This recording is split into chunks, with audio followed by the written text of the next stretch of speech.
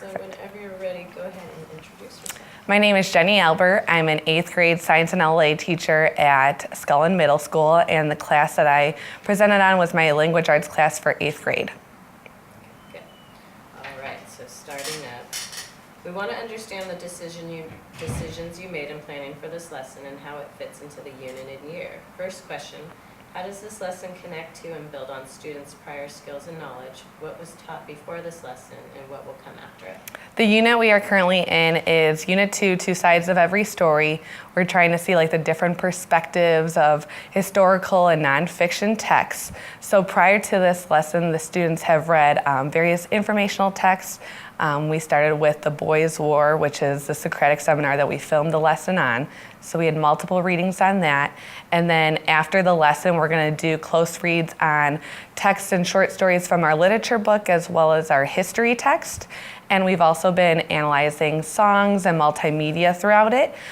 In the lesson, the students presented a song, and then they're seeing the two different sides and answering our essential questions through a mini worksheet, a mini lesson in that second 10 minutes.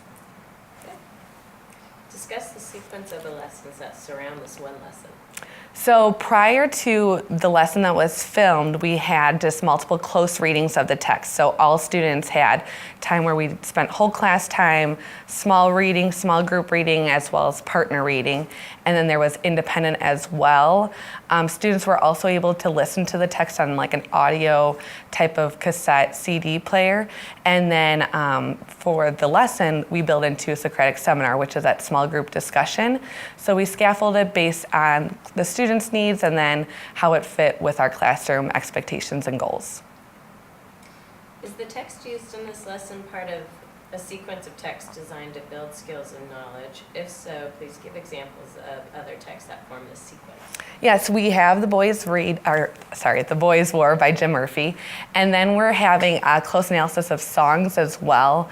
Battle Cry of Freedom was another part of our text for the language and literature portion. We also read Mothers and Daughter, which is a short story in our language literature text. We also have To Be a Slave, which will be coming up in the future. So we're kind of building around that informational text for the historical part of our unit. Talk about the standards targeted in this lesson. What did you make the lesson reflect? What did you do to make the lesson reflect the full intent of the standard?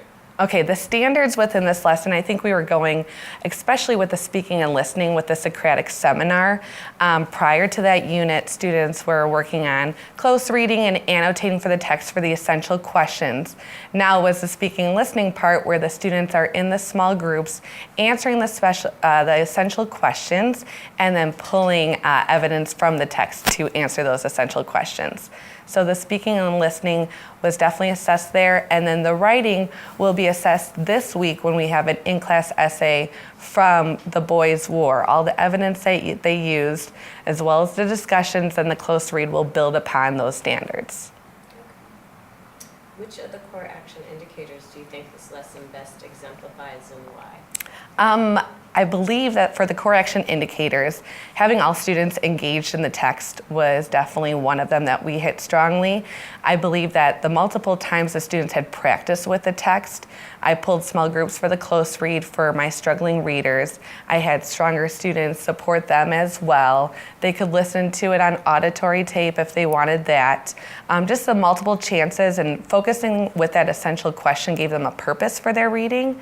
So that kind of helped everyone engage in the text and then be comfortable with participating in the Socratic seminar so that all voices can be heard and all students can share what they think from the Boys' War and guiding with our essential questions. We're interested in how the shifts required by the CCSS are being incorporated into your instruction. Discuss how this lesson illustrates the shifts required by the CCSS. Just incorporate the nonfiction. Boys' War is one of the nonfiction. This unit is perfect with that standard because we have so many opportunities with text, media, artwork where the students get a chance to interact with that text and share their voices.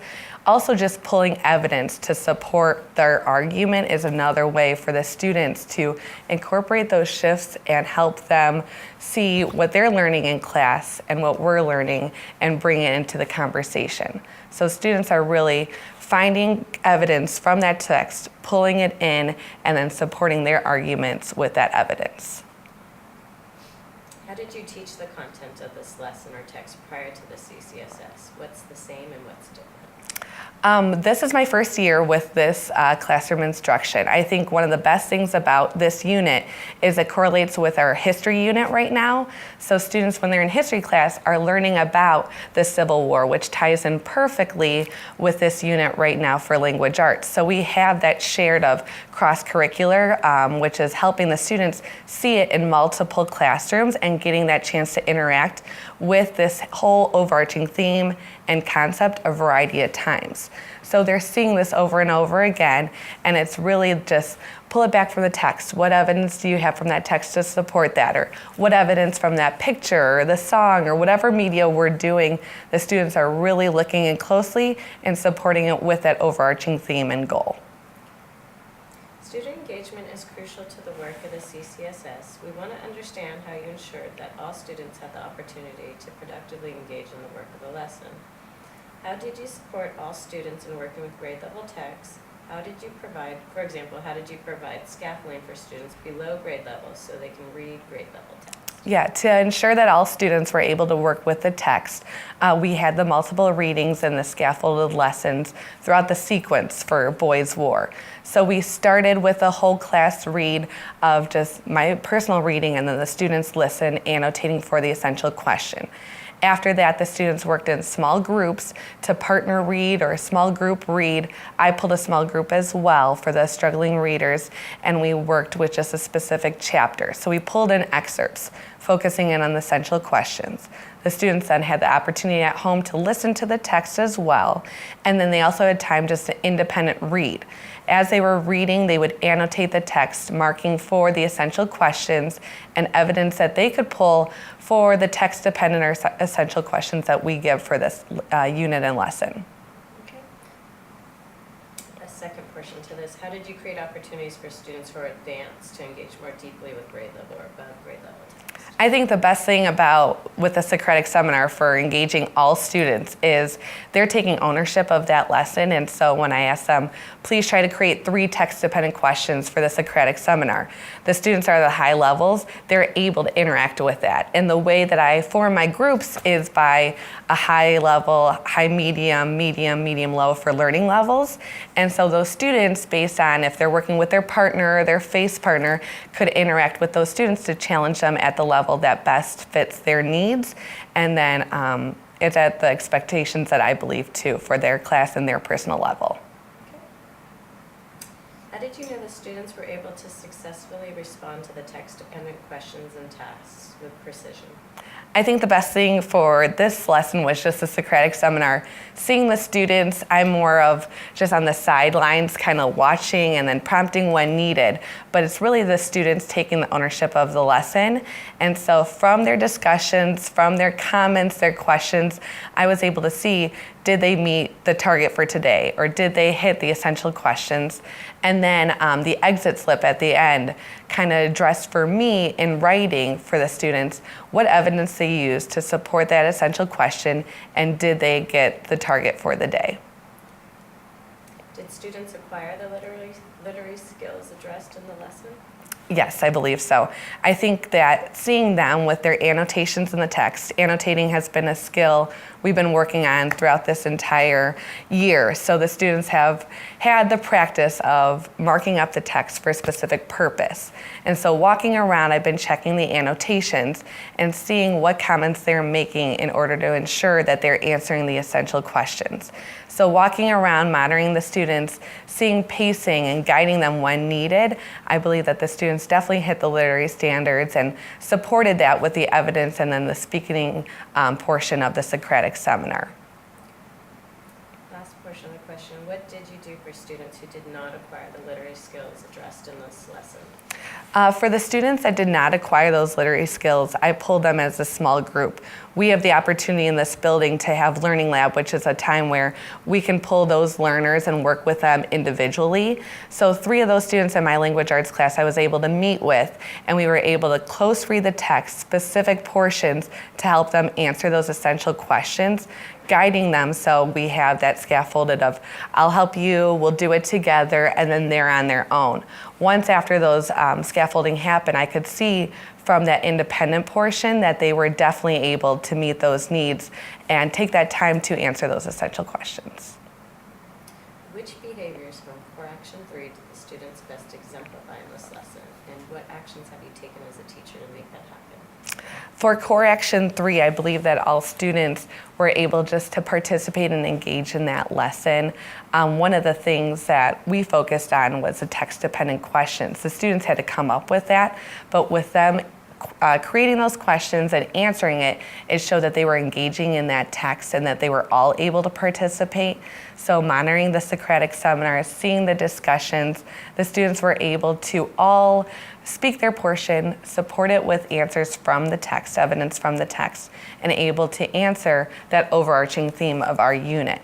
So walking around and making sure that the students had that voice in that Socratic seminar, as well as all the other opportunities for speaking and then in writing as well, the students were able to engage in that text.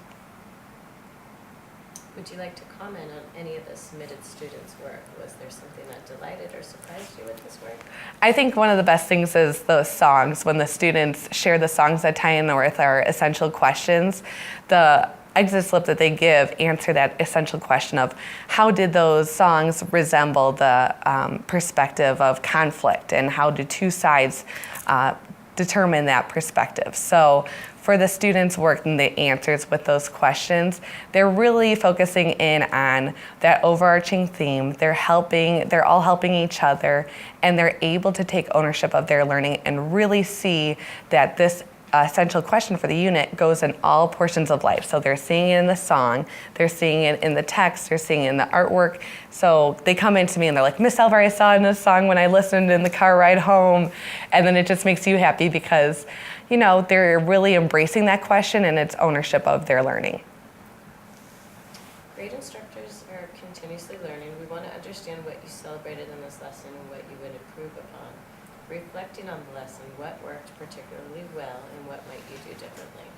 Absolutely. So reflecting on this lesson, I celebrated with the students just how they are taking ownership of their learning. They all came in prepared, annotating the text, reading it, developing those questions so that they could have this great Socratic seminar and really share their voice and share how they believe the evidence from the text supports our essential questions. One thing I would like to review and keep on improving is just developing those text-dependent questions. I know that the students have been working on it and will continue to work on it. One thing that I would like to do is post those text-dependent questions that the students created around the room so that all groups can see how the students create those text-dependent questions. We can look at them, comment on them, what did they hit well, what worked well, and then what can we improve to keep on strengthening those questions. Were there any surprises or unexpected student behaviors or reactions? I think that one thing that just surprised me, but is something that really touched me that was just nice, was the SPED students in my classroom. All students have just been helping them with like coaching them, like a mini coach. Like I'm there as well to support them, but the students have been taking that role just to make sure that we have this welcoming environment where everyone feels supported and nobody feels left out. So it's just so nice that without even my talking to, I see a student in the back coaching the other student, and they're just monitoring their own learning, and it just helps everyone feel included and just a part of this whole classroom welcoming. And that's just one thing that I would always want to strive on as a teacher, is just making sure everybody feels comfortable to share and ready to share. And it's just so nice for me walking around and seeing the students really doing it as well with my guidance. You did it. Oh, perfect. Thank you. Awesome. Yeah, no, you're on it. Perfect. Thank you very It was much. a great interview.